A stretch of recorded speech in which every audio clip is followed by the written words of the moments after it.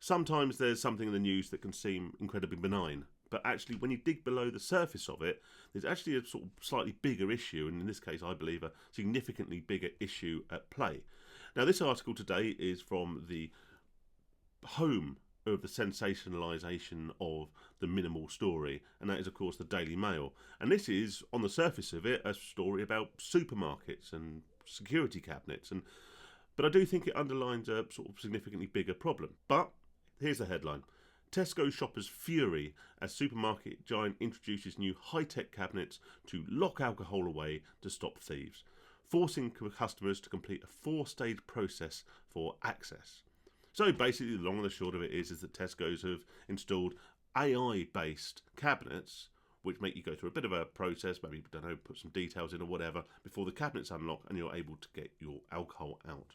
Now, people are complaining because this slows down their shop and it's a breach on their privacy, and they're worried the facial recognition technology is going to steal all their data and harvest it and sell it to Elon Musk or whatever people think supermarkets are going to do with their data. And don't get me wrong, it wouldn't surprise me if they are able to capture data and they're legally allowed to do that, whether or not they would use that data to then remarket your common purchases to you. That's already fairly common practice for supermarkets. All right. But people are actually getting uptight. People are getting up in arms. At least the Daily Mail will tell you they're getting up in arms about this new security measure. And people get cross with the likes of Tesco. And I think that is either naive at hopefully best, or I believe almost willfully ignorant at worst. If we come to a point in society where we are so desperate to overlook the elephant in the room, we are so desperate to brush under the carpet the real reason why measures like this are having to be taken, that we are willing to get annoyed at a supermarket for installing a new security system. It's like me getting annoyed at Mercedes because I can't just get into my car and drive off. I have to push a button and put a key in a slot and, dare I say, turn it before the thing will burst into life and I can go from A to B. People are so willing to ignore the reasoning behind these additional measures. Now, just as a very quick aside, in my day job I look at websites, and one of the parts of my job is to determine when someone who's on a website, maybe looking to buy something, gets a bit annoyed at the process of buying such thing, either selection stage or checkout or whatever, and they disappear and leave the website without actually completing their purchase. Because this sort of abandoned checkout costs businesses a huge amount of money. So they employ people like me to have a look at it and actually determine where those little snagging points are, where the bottlenecks are, where people get frustrated with the process and don't buy anything. This is going to be a real-life, non-virtual example of this for Tesco, and inevitably all the other supermarkets will eventually follow suit. Tesco's do not want to be putting barriers between their customers and those things that the customers like to buy, particularly in the instance of things which might be spontaneous purchases. Maybe I've gone into work or gone into Tesco's after work and picked up a few bits that I know we need, and I thought, actually, me and my wife are going to watch that film tonight, I'll grab a bottle of wine. Maybe I'll get to the alcohol aisle and go, actually, it's behind this thing. I've got to put my date of birth in and do this and scan this and give it a slither of my DNA or whatever. And, before I won't bother. You know what? I need to get home. I won't bother.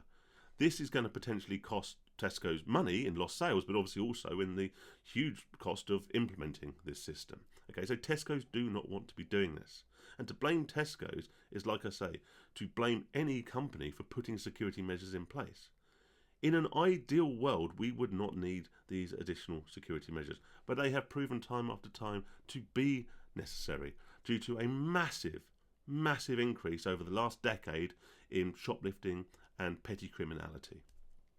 So who do we blame? Well, I guess the easy thing to do is to kind of blame the cost of living. Again, another great straw man we can build to burn down. Okay. Yes, there is a cost of living crisis. Yes, this is very much the fault of our government and governments, particularly across Europe, for us mismanaging Brexit, for funding wars that we don't necessarily need to be involved in, for mismanaging public finances, for funding people and services that we maybe shouldn't be injecting cash into. We can definitely look at those people to blame for this cost of living crisis. But again, I think that's missing the point. The people who are going in and stealing from supermarkets aren't stealing a loaf of bread and some cheese to feed their hungry family. People aren't raiding, the alcohol aisle, filling up whole trolleys and just walking out the store to feed their hungry family. In the same way that groups of marauding youths in city centres aren't busting into JD Sports or Louis Vuitton and stealing armfuls of trainers or bags or whatever because they want to feed their hungry families. This is a different type of criminality.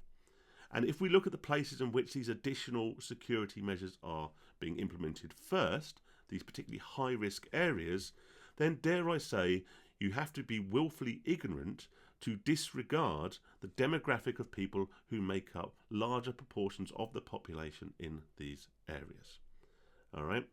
And to say so, and to point this out, and to look at the data and understand the demographics around the high-risk security areas it gets you all sorts of labels, which is why people are so willing and almost want to blame the supermarkets or this scapegoat or that straw man rather than look at the root of the problem. Yes, of course, there is Dodgy Dave who drinks down the dog and duck who'll go and nick you a bottle of vodka for a tenner. All right, these types of shoplifters have existed for time immemorial, and they will continue to do so. But we're not talking about these petty criminals who nick an item or two. Just as bad, just as wrong, just in the same way that a kid nicking a bag of jelly beans is wrong and should be addressed and should be punished, and certainly in the case of the kid, that should be by the parents. But we're not talking about these examples. We are talking about people literally filling up trolleys and walking out. We are talking about gangs of people going in and just brazenly taking merchandise from stores. This is driving the cost up for everyone else. It's continuing to push inflation and the cost of living onto people who maybe do need to go and steal a loaf of bread to help feed their families.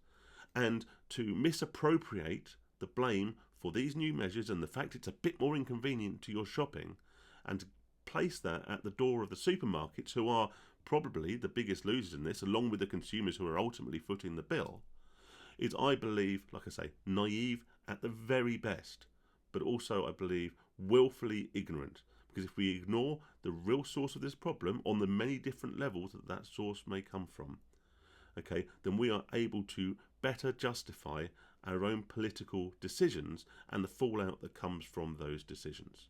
So let's continue to blame the supermarkets, to blame Brexit, to blame the war in Ukraine for these anti-shoplifting measures, rather than maybe look at the shoplifters that we have and the additional shoplifters that are coming in very, very regularly.